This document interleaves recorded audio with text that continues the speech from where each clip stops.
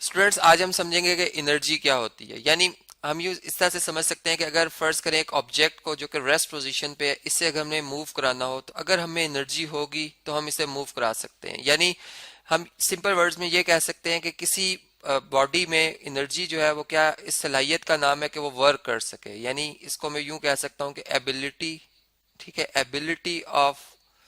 Body, ठीक है, जो कि वर्क कर सके।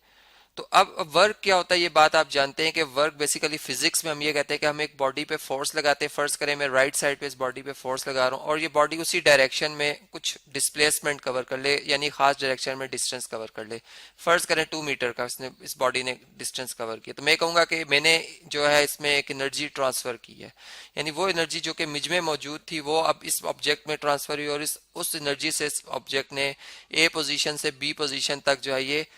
फासला तय किया है, ठीक है। अब वो एनर्जी जो है अगर हमने कैलकुलेट करनी हो कि कितनी हमने ट्रांसफर की है तो वो वर्क डन से हम मालूम कर सकते हैं। यानी सारी बात है कि जितनी इस बॉडी ने वर्क डन किया उतनी ही एनर्जी मैंने उस पर ट्रांसफर की है, ठीक है। यानी फर्ज करें अगर मैंने इस पे 5 न्यूटन की फोर्स लगाई थी और इसने 2 मीटर का डिस्टेंस कवर किया है, तो मैंने देखा कि मैंने इस बॉडी ने जो वर्क डन किया है वो कितना किया जी, वो फोर्स और इसके डिस्टेंस का यानी जो डिस्प्लेसमेंट है इनका प्रोडक्ट होगा, जो कि हमारे पास आ जाएगा जी 5 न्यूटन मल्टीप्लाई बाय 2 मीटर, जो कि 10 न्यूटन मीटर बनता है, ठीक है। तो इसका मतलब कि इस बॉडी ने 10 न्यूटन मीटर का जो है वर्क किया, या इसे हम जॉउल्स भी कहते हैं, ठीक है। यानी 10 जॉउल्स का वर्क किया। इसका मतलब कि इसमें जो एनर्जी आई है वो कितनी आई है, 10 जॉउल्स की आई है। जबकि इसका मतलब अगर इसमें एनर्जी आई है तो जो जिस पर्सन ने इसको धकेला है उससे इतनी एनर्जी जो अमाउंट ऑफ एनर्जी क्या हुई है, लूज हुई है, उसने इतनी एनर्जी लॉस कर दी है। तो यहाँ से फिर हमें एक रिलेशन मिलता है कि बेसिकली वर्क और एनर्जी आपस में जो है वो क्लोज्ड है, ठीक है। और एनर्जी के भी यूनिट वही होते हैं जो कि हमारे पास वर्क के होते हैं। यानी दोनों ही हमारे पास एक तो स्केलर क्वांटिटीज हैं और दोनों को ही हम जॉउल्स में मैयर करते हैं। अब एक बात ये कि जैसे एक फर्ज करें एक दीवार है और इसको मैं धकेल रहा हूँ, और फर्ज करें कि वो दीवार जो है, अब मैं इस पे अपनी अपनी तरफ से मैं बहुत फोर्स लगा रहा हूँ, ठीक है, मैं बहुत फोर्स लगा रहा हूँ, लेकिन ये दीवार जो अपनी जगह से नहीं हिलती। इसका मतलब कि इस दीवार ने जो वर्क डन किया या हमने इस पे कितना वर्क डन किया, ठीक है। यानी हमने इस पे जो हम ये कह सकते हैं कि वर्क की अब डेफिनेशन को अगर हम इधर अप्लाई करना चाहें कि हमने इस पे फर्ज करें 10 न्यूटन की फोर्स लगाई है और बॉडी ने 0 मीटर का जो है डिस्प्लेसमेंट कवर किया है, इसका मतलब हमने 0 जॉउल वर्क किया है। इसका मतलब कि हम यहाँ पे ये कहना चाह रहे हैं कि इस बॉडी में जो एनर्जी रिक्वायर्ड थी कि ये मूव कर सकती, वो बेसिकली वर्क डन होता है, ठीक है। यानी इसको मूव करना चाहिए था फोर्स की डायरेक्शन में, उस लिहाज से इसमें जो वर्क डन हुआ है वो 0 जॉउल हुआ है, जबकि हमारी एनर्जी इसमें वेस्ट हुई है। यानी हमने जो है वो अगर आप देखें तो फोर्स की सूरत में जो हम इस पे एक मुसलसल फोर्स लगा रहे हैं, वो एक हमारे पास जो है वो एक हमारी फोर्स उस पर ज़ाया हो रही है, ठीक है। लेकिन हम अगर वर्क डन के हवाले से देखें तो वो 0 जॉउल वर्क हुआ है। फिर इसी लिहाज से जब हमें बात समझ में आती है तो हम ये कहते हैं कि एनर्जी जो है हमारे पास, एनर्जी जो है वो आखिर किन किन फॉर्म्स में एग्जिस्ट कर सकती है। हमने देखा कि एनर्जी जो है उसकी जो बेसिक दो ही हमारे पास टाइप्स होती हैं। यानी एक वो टाइप होती है एनर्जी की जिसमें कि वो मोशन, यानी बॉडी के मोशन की वजह से उसके अंदर एक एनर्जी आ जाए, ठीक है। यानी कि चले इस बात को मैं जो है वो भी एक्सप्लेन करता हूँ आपसे कि ये कौन सी टाइप की एनर्जी होगी। यानी इसको हम जो इसका नाम हम रखते हैं वो ये रखते हैं कि ये काइनेटिक एनर्जी है। यानी ये काइनेटिक एनर्जी है जो कि मोशन की वजह से है। जबकि दूसरी एनर्जी जो हमारे पास होगी वो पोटेंशियल एनर्जी होगी, यानी जो पोजीशन की वजह से होगी। लेकिन अब इसमें कि किस तरह से ये एक एनर्जी जो है हम इन दोनों को स्टडी कर सकते हैं। यानी इसकी सिंपल एग्जांपल मैं यूं कह सकता हूं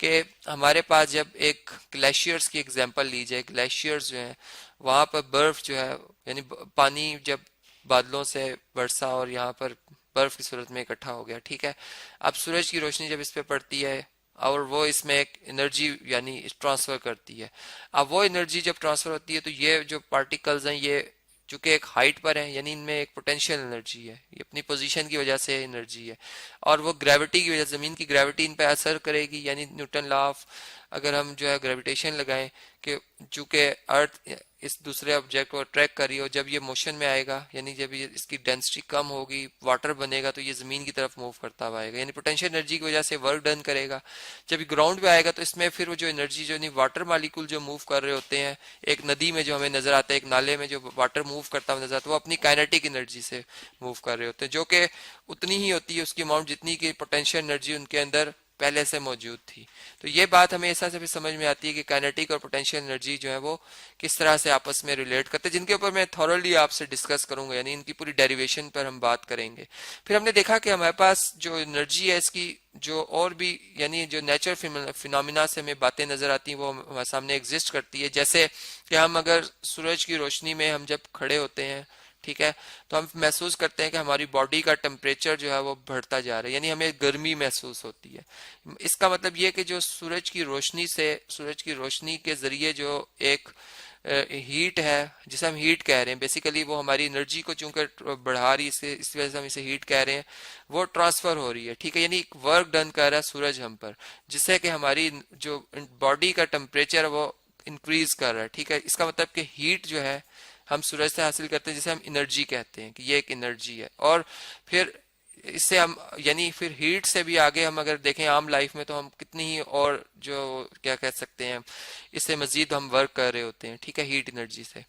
फिर इसी तरह अगर हम इस तरह से बात करें कि हमारे पास जो लाइट है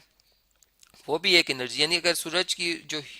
जिसने हमें हीट अप किया, यानी हमें एक एनर्जी प्रोवाइड की है, वो थ्रू लाइट की है। यानी लाइट जो है बेसिकली अगर हम देखें तो लाइट जो है उसमें फोटॉन्स यानी जो पैकेट्स ऑफ एनर्जी है जो कि वेव्स की सूरत में ऐसा से मूव होते हुए हम तक आ रहे हैं, ठीक है, और जो कि फिर हमारी बॉडी के सेल से टकराते हैं और फिर उनमें एक वाइब्रेशन प्रोड्यूस करते हैं, जिससे कि हम यानी जो कि थॉरली हम इसके ऊपर डिटेल में बात करेंगे, जिससे हमारी जो एक हम कह सकते हैं काइनेटिक एनर्जी जो है इंक्रीज कर जाती है, ठीक है, और जो कि फिर हमें टेम्परेचर या हम कह सकते हैं कि हीट महसूस होती है। तो इस तरह से ये भी हमें बात समझ में आती है। फिर इसके साथ ही जब हम हीट एनर्जी भी समझ जाते हैं कि हीट भी एक एनर्जी की ही फॉर्म है, फिर साथ लाइट भी एक एनर्जी की फॉर्म है, ठीक है। फिर इसी तरह हमने देखा कि जो केमिकल्स हैं उनसे भी हम एनर्जी हासिल करते हैं। यानी कैसे कि आप जैसा बैटरी बनाते हैं, सेल बनाते हैं, अब सेल्स में जो केमिकल्स होते हैं जो कि आयनाइज किए जाते हैं, पूरा एक प्रोसेस है, उनके थ्रू भी हम जो है वो एक एनर्जी हासिल कर सकते हैं। यानी केमिकल एनर्जी भी जो है वो हमारे पास होती है, ठीक है, जिससे कि हम एक सोर्स के तौर पर भी जो है इस्तेमाल करते हैं, बल्कि कर सकते हैं। और फिर साथ में जो है वो हम ये कह सकते हैं कि केमिकल एनर्जी से हम इलेक्ट्रिकल एनर्जी जो है वो बना सकते हैं। यानी इलेक्ट्रिकल एनर्जी को हम केमिकल से भी और वाटर से भी जो है वो बना सकते हैं। यानी अगर हम एक नेचुरल फिनोमेना को देखें कि जिस वक्त बादल जो है गरजते हैं, ठीक है, अगर हम बादल देखें तो बादल बेसिकली क्या है कि इसमें वाटर मालिक्यूल्स हैं जो कि हमसे हमारी जमीन से कुछ हाइट पर है, यानी जो अपनी पोजीशन की वजह से, हाइट होने की वजह से इनमें एक पोटेंशियल एनर्जी है, यानी यहाँ से इनमें एक एनर्जी मौजूद है, वो किस वजह से, हाइट की वजह से है। अब वो आपस में जब टकराते हैं, यानी जाहिर बात है इनमें एक जो केमिकल प्रोसेस होता है जिससे कि एक लाइट जो है वो जनरेट होती है, जिससे कि हम चमक कहते हैं। वो चमक जो है इलेक्ट्रिकल एनर्जी जो है, वो इलेक्ट्रिकल एनर्जी लाइट की शक्ल में हमें नजर आती है। और लाइट जो है वो अगर हम देखें तो वो हम तक जिस तरह से पहुंची, और फिर उस जो यानी उसमें भी एक एनर्जी मौजूद होती है जिसने के इस पूरी टोटल एनर्जी का कुछ पार्ट जो है वो कंज्यूम किया। यानी एक तो हमने देखा कि हमारे पास जो है ये इलेक्ट्रिकल एनर्जी, फिर इलेक्ट्रिकल एनर्जी से हमने देखा कि एक पूरे सिस्टम में जो हमारे पास एक एनर्जी होती है वो कंजर्व भी रहती है। वो किस तरह से कंजर्व रहती है कि अगर हम इस पूरे हिस्सा से, मैंने इस बादल के इन दो टुकड़ों के हवाले से बात की कि इनमें एक एनर्जी थी, ठीक है, अब वो फर्ज करें कि उसकी कुछ अमाउंट जो एनर्जी है वो 25,000 जॉल्स में कहता हूँ, वो एनर्जी जो है वो इस जो है इनके टकराने से जो है वो ट्रांसफर हुई है, और वो दो शक्लों में तब्दील हुई है, एक लाइट में और एक साउंड में। तो उसमें से जो कुछ पार्ट होगा 25 जॉल्स का, यानी हो सकता है 2,000 जॉल जो है वो लाइट में सर्फ हो जाए और 5,000 जॉल जो है वो साउंड में जो है वो ट्रांसफर हो जाए। लेकिन जो टोटल एनर्जी है वो हमारे पास अगर इनका हम अरिथमेटिक सम करें तो वापस उतनी ही आ जाएगी, यानी पूरी एनर्जी कंजर्व रहती है पूरे सिस्टम में। तो इस तरह से हमने देखा कि ये हमारे पास जो एनर्जी है वो क्या होती है, फिर उसकी डिफरेंट फॉर्म्स को, फिर जो उसमें टोटल एनर्जी कंजर्व रहना, जिसके ऊपर हम थॉरली आपसे बात करेंगे, यानी इनके ऊपर उनकी पूरी डेरिवेशन होगी जिसको कि हम डिस्कस करेंगे